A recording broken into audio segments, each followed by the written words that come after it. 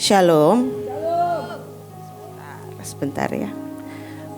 6789 kemarin yang tadi Ibu Panglima sharing itu menakutkan iblis sangat. Dan itu akan diteguhkan nanti di perjalanan Israel kalau Tuhan itu sangat ingin menurunkan 7 sumpahnya ya saudara. Bukan hanya perjanjian, tapi Tuhan itu sebenarnya ingin menurunkan sumpah. Cuma semuanya tergantung kita. Mari kita bersama-sama, enggak cuma yang di Israel tapi di Indonesia juga. Karena apa yang kita lakukan bersama-sama, saya kemarin lihat itu seperti senjata yang disatukan, yang di Indonesia dengan yang di Israel. Waktu kita bersama-sama, nanti akan dijelaskan di bulan Juli ya saudara ya. Waktu kita bersama-sama itu akan menurunkan sumpah. Dan hari ini sebenarnya topiknya simple. Tapi hari-hari ini yang bicara waktu saya baca tentang suku ini di Alkitab ya. Judulnya When Battlefield Turns to Holy Ground ya. Boleh next gak apa-apa. Ada satu suku namanya Gibeon yang mungkin saudara beberapa sudah kenal, saudara sudah tahu. Tapi Gibeon itu terkenal salah satunya ketika Yosua memimpin perang. Dan dia meminta matahari berhenti dan bulan berhenti ya. Saya lupa matahari di Ayalon, Gibeon, bulan di Gibeon atau kebalik. Tapi salah satunya. Dan ketika mereka berperang maka Tuhan melakukan sesuatu, mengabulkan permintaan yang kata Alkitab belum pernah Tuhan mengabulkan permintaan orang seperti itu. Dan ternyata gak cuma satu kali itu Tuhan mengabulkan permintaan seorang manusia. Atau dalam kata lain, apa saja yang kau mau, aku akan beri. Hari-hari ini kita ini lagi benar-benar minta, lagi benar-benar tanya Tuhan, please turunkan sumpahmu. Ya. Dan kalau Tuhan udah berikan sumpah, maka apapun Tuhan pasti akan kerjakan bahkan ketika kita gak lakukan apapun. Tapi di Alkitab ada satu, ini bicara hari itu suku ini atau bangsa ini buat perjanjian ya. Ada beberapa orang di Alkitab yang mereka karena respon yang benar merubah nasibnya.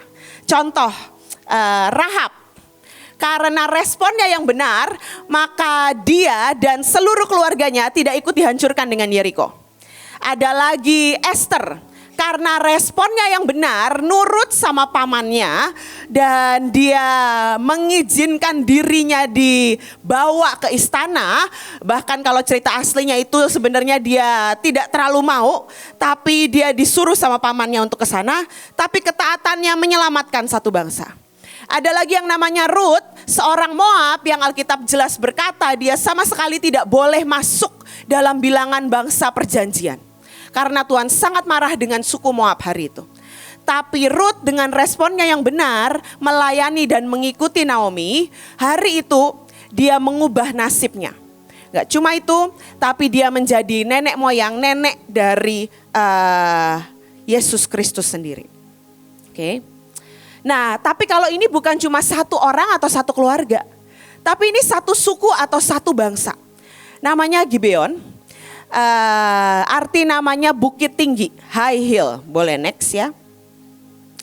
Hari itu saudara mungkin sudah tahu ceritanya waktu Gibeon menipu Yosua karena mereka takut kalau mereka akan dihancurkan. Ada satu suku yang punya hati yang mirip seperti yang Rahab miliki hari itu, yang Ruth miliki hari itu. Mereka lihat Tuhan di balik bangsa Israel. Dan satu suku ini kalau Mahanaim atau Jawa Barat ya disebut kemah para pahlawan. Tadi Ibu juga sebut lagi kemah para pahlawan. Nah Gibeon ini adalah suku para pahlawan. Jadi di antara bangsa Kanaan ada beberapa suku dan salah satunya ini Gibeon. Ini adalah orang-orang yang gagah perkasa. Tapi hari itu orang yang gagah-gagah perkasa ini mereka melihat Tuhan di balik bangsa Israel. Dan ayatnya di Yosua 9 ayat 36, 23, 27. Saya agak lompat saja ya saudara ya. Mari kita baca sekali lagi. Tetapi ketika terdengar kepada penduduk negeri Gibeon apa yang dilakukan Yosua terhadap Yeriko dan Ai, demikianlah mereka pergi kepada Yosua ke tempat perkemahan di Gilgal. Berkatalah mereka kepadanya dan kepada orang-orang Israel itu, kami ini datang dari negeri jauh, maka sekarang ikatlah perjanjian dengan kami. Oleh sebab itu terkutuklah kamu dan tak putus-putusnya, itu lompat ke ayat 23 ya saudara.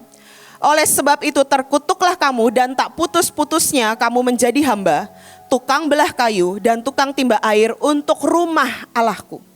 Dan pada waktu itu Yosua menjadikan mereka tukang belah kayu dan tukang timba air untuk umat itu dan untuk mesbah Tuhan sampai sekarang di tempat yang akan dipilihnya. Aneh banget.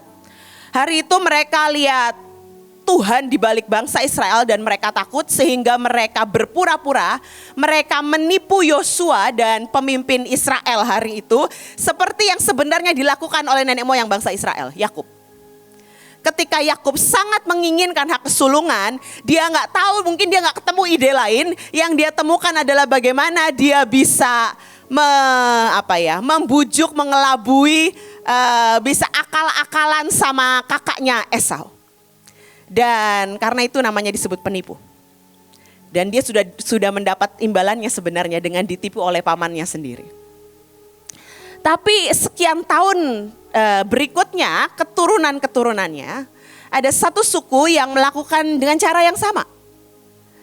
Dan yang mereka mau cuma bangsa Israel ini buat perjanjian.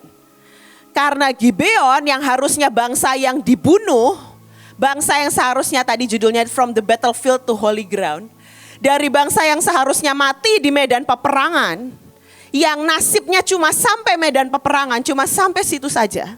Nanti kita akan baca seterusnya bahwa suku ini, satu suku ini dari bangsa yang harusnya dimusnahkan, diperintahkan, surat perintah sudah keluar untuk dimusnahkan, berubah jadi bangsa yang selama-lamanya ada di hadapan mesbah Tuhan.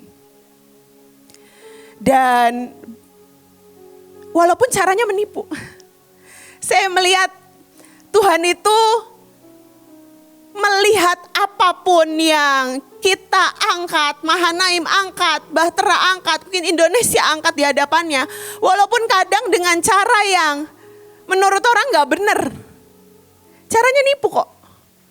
Caranya dia berpura-pura dan mereka pura-pura jadi sangat miskin dari negeri yang jauh. Saudara tahu ceritanya lah ya. Kenapa? Mereka cuma mau buat perjanjian, cuma itu. Tujuan mereka datang dan mungkin mereka sudah siapin bagaimana caranya, skenarionya. Pokoknya mereka harus dapat perjanjian. Seperti yang kita akan terus menerus minta dan kita akan terus menerus buat, pokoknya Mahanaim, Bahtera, Indonesia harus terima sumpah. Pokoknya sumpah harus turun. Gak tahu Tuhan kasih cara yang mungkin mengakali iblis. Sampai iblis gak tahu kalau itu cara yang digunakan untuk terima sumpah gitu. Dan hari-hari ini kita butuh Tuhan bicara. Tapi anehnya bangsa Israel, hari itu mereka tahu bahwa Gibeon ini nipu. Dan mereka kesal banget, mereka merasa tertipu, mereka gak bisa bunuh orang-orang ini. Padahal harusnya mereka terbunuh. Dan mereka mengutuki suku ini, tapi kutuknya aneh saudara. Kutuknya itu bukan kelaparan, miskin, sakit penyakit. Kutuknya apa? Tak putus-putusnya kamu menjadi hamba, tukang belah kayu dan tukang timba air untuk rumah Allahku. Istilahnya, ini suku dikutuk jadi pelayan mesbah. Aneh saudara. Waktu saya baca ini berapa kali saya gini, ada apa ya dengan Gibeon? Karena Tuhan bilang gini, itu tempat yang berkali-kali Tuhan mengabulkan permintaan seorang manusia dan gak pernah dia lakukan itu lagi. Hari itu dia lakukan buat Yosua, sekian tahun berikutnya dia lakukan buat Salomo. Dan disitulah di Gibeoni, di suku yang tadinya harusnya hancur. Disitulah Salomo melakukan orkestra mempersembahkan 1000 korban bakaran di hadapan Tuhan. Tapi sampai hari ini Alkitab yang mencatat, mereka menjadi pelayan mesbah Tuhan di tempat yang dipilihnya. Next, boleh next. Kalau kita baca lagi, bukan hanya perjanjian yang mereka dapat ternyata. Hari itu mereka datang dengan satu tujuan, kami harus dapat perjanjiannya. Perjanjiannya harus dapat. Pokoknya bangsa kita gak boleh hancur. Kita harus dapat karena Tuhan di belakang mereka terlalu kuat. Dan mereka dapat dua hal, bukan cuma perjanjian. Tapi efek dari perjanjian itu, yang pertama, Gibeon menjadi tempat permintaan apapun dikabulkan. Apapun. Hari itu Yosua saudara tadi sudah tahu.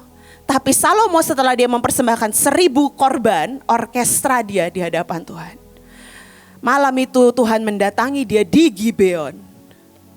Dan Tuhan berkata, minta apapun, aku akan beri. Apapun. Dan saya lihat hari-hari ini, Tuhan sangat ingin menemukan ada orang-orang yang ngotot meminta sumpah itu turun.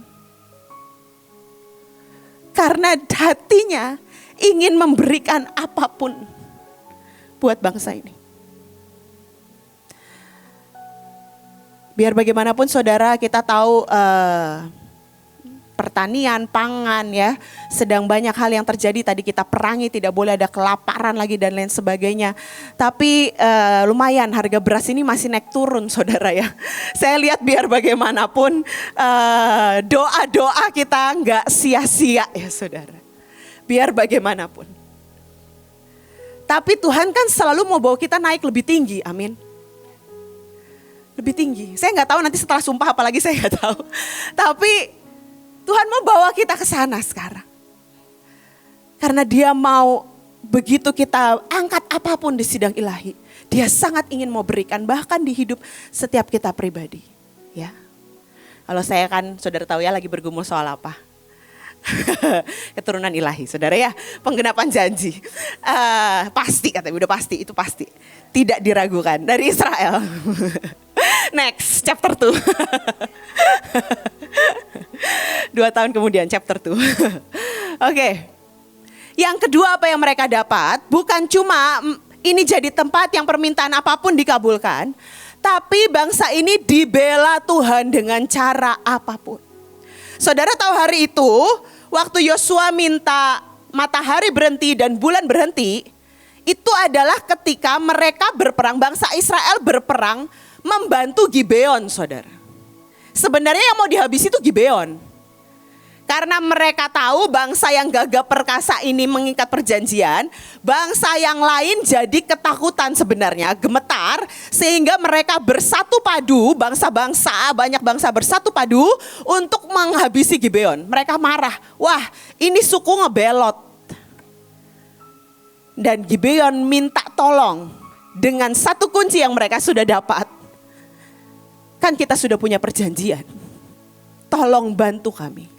Jangan biarkan kami hancur. Nah, hari itu Joshua pimpin Israel yang mau gak mau mereka harus bela karena mereka udah ikat perjanjian.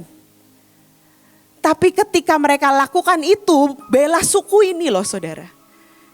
Itu jadi alat Tuhan memberikan kemenangan kepada mereka. Hari itu Tuhan bela dengan cara apa? Gak cuma matahari dan bulan berhenti, tapi ada hujan batu yang Tuhan turunkan. Kalau saudara baca di Alkitab, Tuhan membantu peperangan mereka dengan menurunkan hujan batu. Dan yang dikalahkan hujan batu jauh lebih banyak daripada yang dikalahkan oleh tentara Israel. Jadi Tuhan bela dengan cara yang apapun. Waktu Saul gak tahu menau soal sejarah perjanjian yang Gibeon buat dengan Israel, dan dia membunuh suku Gibeon, Tuhan bela lagi Gibeon dengan apa? Memberikan 3 tahun kelaparan buat Israel. Dan hari itu Daud menyadari itu, dia setelah 3 tahun dia tahu, wah ini kesalahan karena pernah bunuh Gibeon. Dan dia cuma ngomong gini, engkau minta apa? Apapun yang mereka minta, mereka tetap dapat. Waktu kita terima sumpah, saya percaya Tuhan akan bela Mahanaim Bahtera Indonesia dengan cara apapun juga. Walaupun kesalahan kita banyak, mungkin tuntutannya berlapis-lapis, tapi dia akan bela dengan cara apapun juga. Dan itu yang hari-hari ini sungguh-sungguh mari kita ngotot minta di hadapan Tuhan. Next. Ada apa dengan Gibeon? Ya tadi ya saudara, di Alkitab yang saya tahu ya ada 3 momen, ada momen-momen di mana permintaan apapun dipenuhi. Yang pertama, kalau raja itu hatinya disukakan ya saudara ya. Ayatnya beberapa kali berkata, bahkan minta apapun, bahkan setengah kerajaan aku berikan, apapun. Nah itu momen pertama. Kalau raja hatinya disukakan, maka dia akan berikan apapun. Yang kedua, ada ayatnya di Perjanjian Baru. Kalau engkau tinggal di dalam aku, kata Tuhan, dan firmanku di dalam kamu, waktu kita di dalam pokok anggur, makanya kita persembahkan anggur manis, mintalah apa saja, dan aku akan memberikannya kepadamu. Tapi ada momen yang ketiga, yang Gibeon lakukan. Ngotot membuat ikatan perjanjian atau sumpah dengan yang dipilih dan dibela Tuhan. Dan hari itu, dia dapat apapun juga. Itu jadi tempat yang permintaan apapun dikabulkan oleh Tuhan. Next.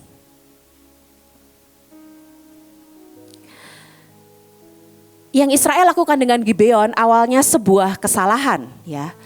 Tapi kesalahan ini berubah jadi kendaraan kemenangan. Maaf ayatnya kecil.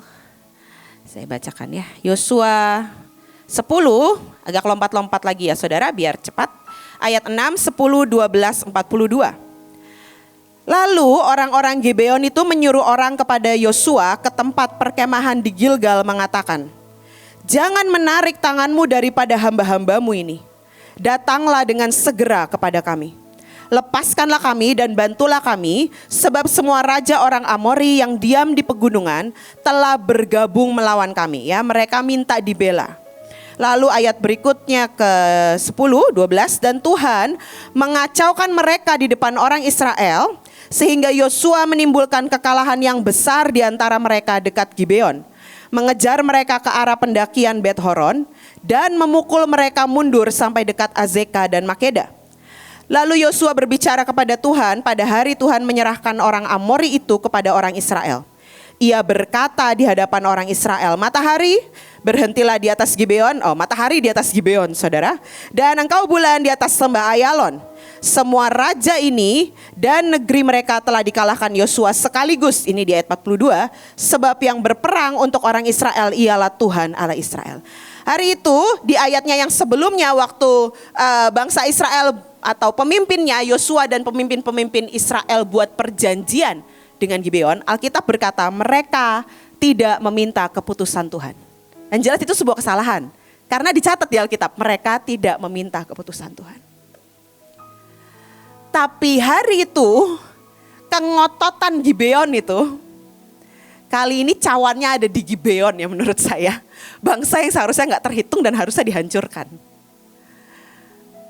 Waktu mereka ngotot bikin perjanjian, maka Tuhan rubah kesalahan si bangsa Israel, pemimpin Israel ini. Berubah jadi kendaraan kemenangan. Ternyata membela Gibeon adalah cara yang Tuhan pakai untuk bangsa Israel memenangkan sangat banyak bangsa di tanah Kanaan. Ternyata hari itu, kesalahan itu jadi kendaraan kemenangan buat bangsa Israel. Kesalahan apa yang hidup kita pernah buat? Kesalahan yang bangsa ini buat banyak, saudara. Apalagi berkenaan dengan Israel. Bangsa ini berkali-kali mengutuki dan sampai berapa minggu yang lalu masih mengutuki kok. Masih ada beritanya maksudnya saudara. Gak cuma tersembunyi di tempat-tempat tertentu. Kesalahannya banyak. Tapi kesalahan Tuhan bisa rubah jadi kendaraan kemenangan. Kalau kita ngotot sekali lagi minta sumpahnya. Ngotot. Gak tahu dengan cara apapun saya juga masih berdoa ya buat panggilan mempelai di Israel. Walaupun hari ini asistensi sama ibu. Tapi sudah tahu dia udah segala macam deh Tuhan. Udah berendam udah segala macam deh pokoknya. Tuhan kasih cara akalnya kayak apa. Biar iblis ini kecelek gitu sekali lagi. Dan sumpah itu diturunkan. Ya. Tapi sekali lagi waktu Tuhan kasih ayat ini saya gini, iya bisa. Tuhan bisa rubah bahkan kesalahan jadi kendaraan kemenangan. Tapi sekali lagi tergantung kita ya, tergantung respon kita masing-masing. Yang terakhir, yang terjadi antara Israel dan Gibeon hari itu, kesalahan berubah menjadi holy ground. Kenapa? Karena Gibeon menjadi tadi tempat orkestra Salomo dilakukan. Tempat Tuhan setelah itu berkata, apapun yang kau mau aku beri. Dan dia minta hikmat.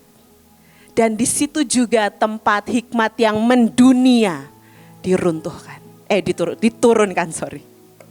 Ya. Dari surat perintah harusnya dimusnahkan.